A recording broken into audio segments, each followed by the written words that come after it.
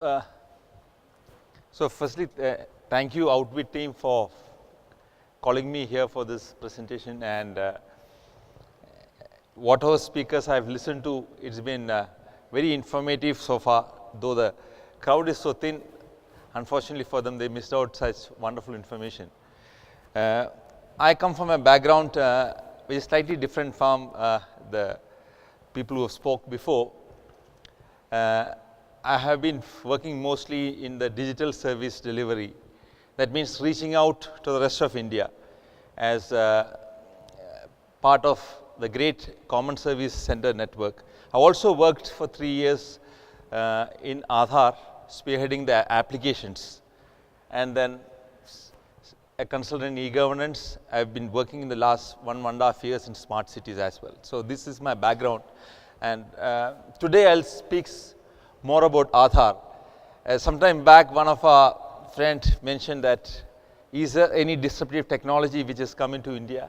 Yes, we have a very big disruptive technology, and which can be emulated by the rest of the world, and that is Aadhar for sure. So today we have 1 billion plus Aadhar generated, and the mission of Aadhar is to empower every citizen with a unique ID and to give him a platform to verify online digitally, and that's the vision of Aadhar.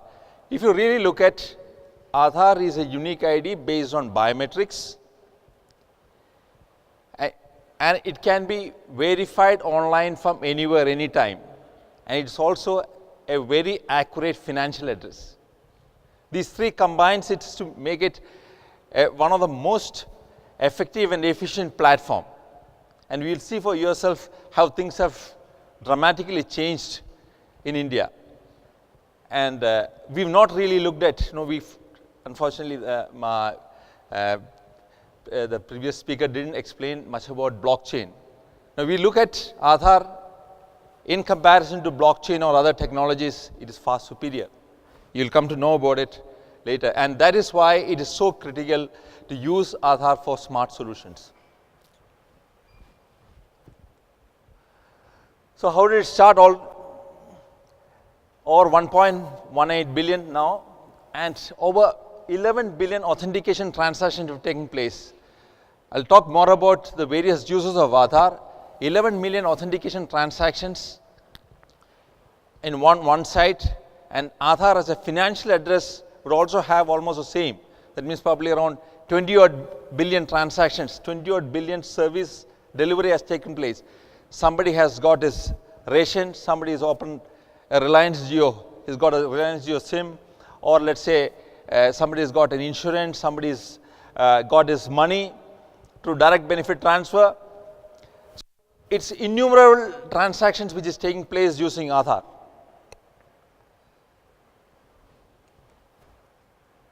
It's a simple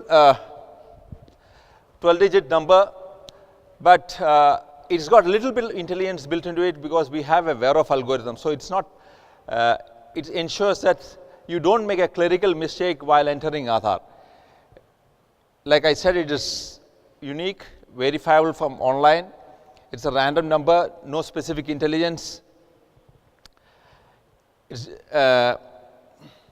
to every resident, including children, and its uniqueness is ensured through biometric attributes. Like any other ID which you have in a paper form, Aadhar is purely digital. You cannot lose it once it is created. Today, mobile Aadhar, railways have already proclaimed it, that you don't have to carry a physical Aadhar today, it's mobile. You carry the mobile Aadhar, and over a period of time, using Bluetooth and NFC, you'll be able to communicate and authenticate and things like that. So this is, and though we have created the authentication platform benchmark for 100 million, we are soon ready to cross that. Why is it not moving? Aadhar enrollment, because I just thought that before I come into this thing, you need to have some basic idea of Aadhar. It's simple demographic data identified with everybody has got an Aadhar, so you already know how this is generated. And coming to Aadhar authentication, it's a digital online verification system which we have, by which you can authenticate yourself, and at the same time the users can authenticate and verify that the person in front of you, the customer in front of you, is what he claims to be. So we have multiple way of authentication.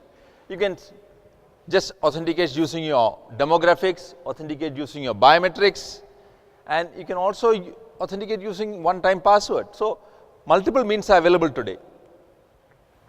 Similarly, you would realize that when you open an account, you walk into a bank, you have a paperless transaction, your eKYC is passed and account is opened, the way you get a Reliance Jio SIM.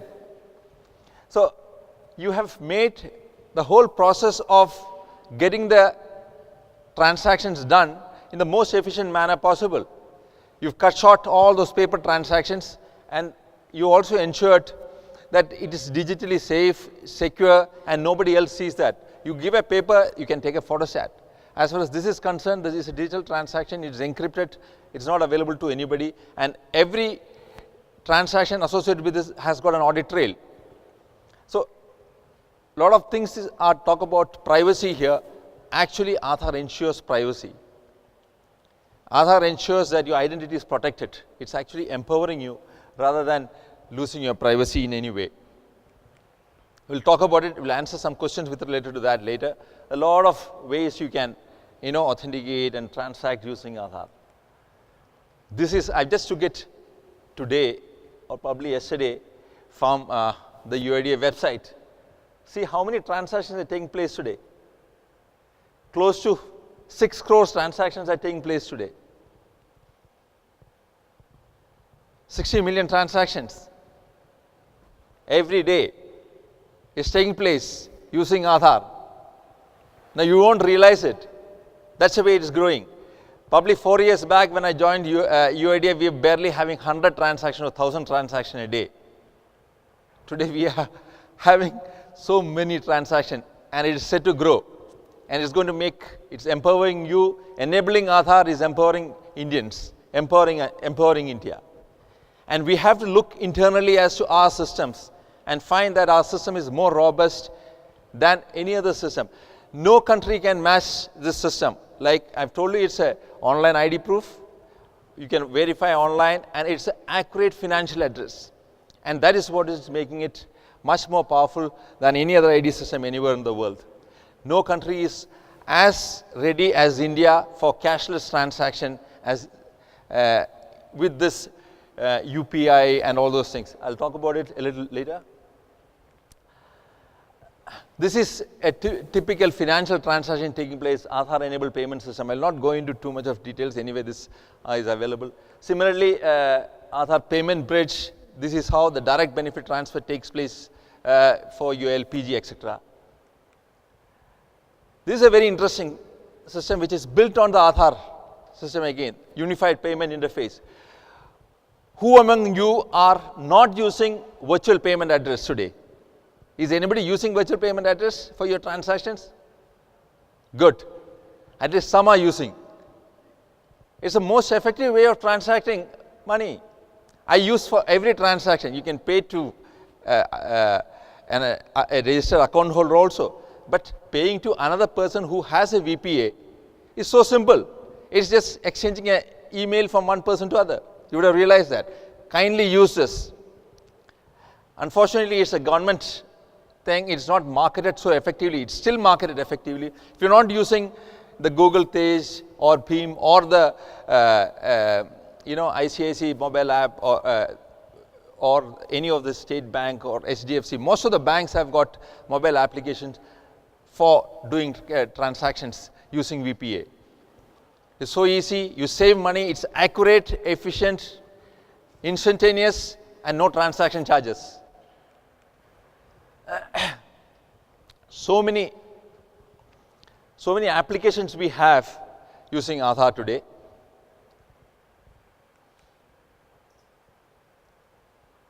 We we recently talked about in the paper today. It came in the newspaper that we will be shortly having a passenger check-in system for the airports. It's going to be, today you have a person's. I'm just taking you one of those examples. So many things you can. Today you have a CASF Jawan checking you, verifying your identity, whether you have a forged document, otherwise you have no way of identifying. The moment you link it, you don't require him actually. You pass your Aadhar number and authenticate, and it's a self-check-in system. A similar system is possible even for railways as well. But in due course of time, we expect that more and more transactions using Aadhar will come in, and it will make our lives much more simpler. Now, with my small experience in smart cities, where is Aadhar actually going to come in the smart solutions? A lot of what has been talked by my predecessors who spoke here can actually think of utilizing Aadhar in various smart solutions. This eKYC based record creation is a very easy way. Let's say when we did a pilot smart health application, when we talked for, I was working as ICT solution expert for Indore smart city. We're talking about creating a smart health solution for the entire city. So we had to do it on a PPP model. So health ATM was created. So he comes in, he put his Aadhar, his eKYC comes in, and then thereafter his medical parameters like height, weight, or blood pressure, everything is taken, and that becomes an electronic medical record. So when you talk about a smart city and its smart solutions, you have to have an inclusive approach, because smart solution per se is available today to people who are digitally literate. You have a computer, you have a smartphone you can use, but the real success of a smart solution is how many transactions you have been able. You create all these e-governance solutions, but if it is not used by a common man, if it is not used by our billions of Indians, then what is the use? It has to reach to every nook and corner of India, and for that you need to ensure that this digital divide is addressed. I'll talk about that later, but this health ATM utilizes eKYC based record creation for electronic medical records. Similarly, payments are possible. Let's say a smart parking solution, on-street parking solution. If you go to a place like Dubai or where you have an on-street parking solution, you need to have an identity to prove or registered car or whatever it is. But you also need to have another mechanism like credit card or online wallet system to make your payment. Here both are synced into one. I hope you understood the difference. Your ID and your payment mechanism is one. Nobody is able to create such an application anywhere in the world. And that is where the difference is. That is where the difference is. You have virtual smart cards today. You don't have to carry any credit cards and all. That's obsolete, vintage technology. When you come to today we have UPI based VPA today. You can junk the wallets, you can junk the credit cards like the MasterCard and Visa. You can actually get into a virtual card, smart card for business. Okay, that's it. I have one more last question. Okay, I've just only got one slide on CSCs. When we create all these solutions, we have to reach to the last man, and for reaching to the last man, we need to have somebody to bridge the digital divide. And you removed it. Okay, to bridge the digital divide, we have the common service centers. We have 2.8 lakh common service centers all across India today. One in every panchayat, and we create these e-governance solutions. So that's why I said smart solutions good, but smart solution has to be inclusive. Today, just having 2% or say maximum 10% of the people speaking English interacting is not good enough. What about the rest of the 90%? And believe me, you are as poor as the poorest. So to bridge the digital divide, we have to ensure that our growth is inclusive, and that is the area where I come from. That's why I have to reinforce this fact. Probably nobody else should speak about it. Thank you very much, and that's what I want. Anyone here with any question? Okay. We can only ask 2 questions.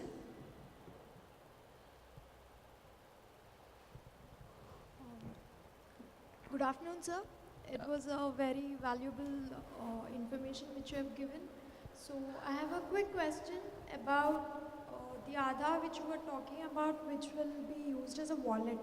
So I suppose it will be used as a wallet for the cryptocurrency because India is supposed to be a cashless country in future, and we are looking forward for Crypto Lakshmi, which is to be released. So are you talking about the cashless transaction and Aadhar will be a wallet for that Crypto Lakshmi, or how is it going to act? So, okay, so Aadhar, today Aadhar payment bridge utilizes, let's say, have you been able to transact between so Visa card, from a Visa card to Visa card you can transfer money. It's simple, a number linked to your bank account, and the other person also has got a bank account link. So one number to other you are transacting. The difference here is it is unique. You can have multiple Visa card, multiple credit cards with you. In this case, you have one Aadhar number, and therefore it becomes a most accurate financial address. Now, the virtual payment address using unified payment interface is actually slightly different from that.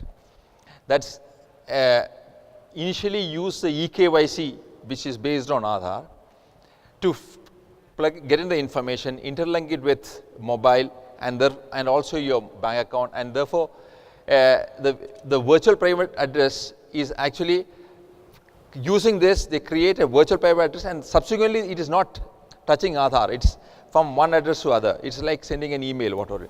In fact, somebody who knows about blockchain, you will understand that Aadhar platform is, because I showed you at least a dozen applications today, is far more evolved than the blockchain. Okay, the Bitcoin and blockchain. Yeah. Yeah, Mr. Matthew, I have a question. Hello.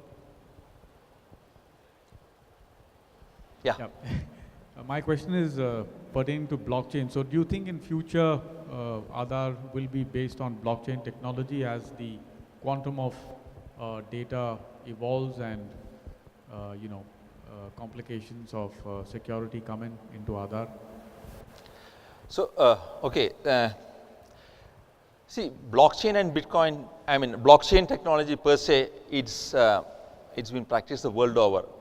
The rest of the world do not have the privilege of utilizing Aadhar platform. What I am trying to say is that the Aadhar platform is first a little more evolved, accurate, efficient, and accountable than the blockchain, but it's much similar to it. What we need to do, as far as India is concerned, like Aadhar has got integrated into, like I said, the NEFT, RTGS, IMPS, etc. We also should think of integrating with blockchain. It's not not a replacement for the other, because one is being practiced in the world over. What we need to do is we need to integrate that also into Aadhar, so that we should be able to make interoperable. But I'm just thinking of a vision, because this is anyway going to happen. Blockchain is going to anyway engulf the rest of the world. We have a platform which is far more accurate, but we need to find a way of interoperability. Yeah. So, okay, next question will be the last one.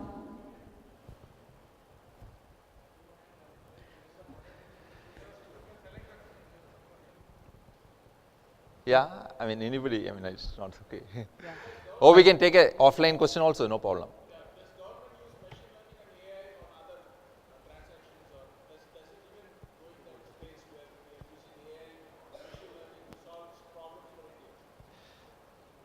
Okay. See, we don't, see, as far as the mandate of Aadhar is concerned, but we don't deviate from that. Our aim is, and it be also restricted by the Supreme Court orders in the privacy. So much of case which is going on there. We just provide an online platform for authentication with that minimum data, and we fiercely protective about the biometrics and the demographic data. You would not get any information from the Aadhar channel. Aadhar is being used for various activities. So you would probably run AI on all those things wherever it is required. So let's say the PDS application can utilize it, or let's say the banking application can use it. This is just a platform which will enable it and which will bring in accuracy, efficiency and accountability. The most important is accountability. Nobody can say that such a transaction is not taken, it's non-repudiable in all these transactions. So that guarantee which we give, but running AI and all those things, those applications can think of, okay. So now we are done with the question answers. I can take any offline question, because this is a field which is has to percolate down to everybody, and I want more of you all to talk about Aadhar, because what we have in India, and we have to market it outside. It's far more superior than any other platform, any other technology of its kind in the world today. We are 10 years at least ahead of the rest of the world as far as this ID system is concerned. Okay. Thank you so much, sir.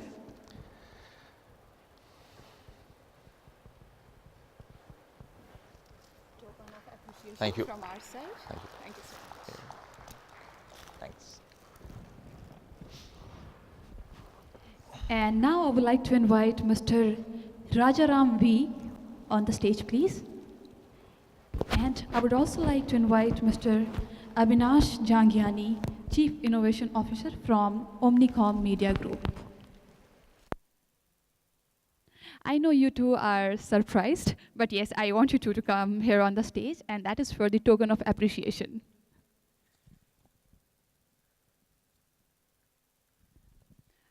I'm so sorry, sir, we missed that time because of that.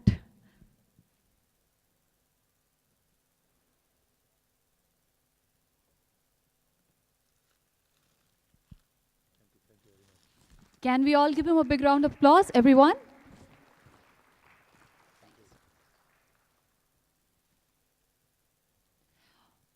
Once again, I'm so sorry. Thank you so much.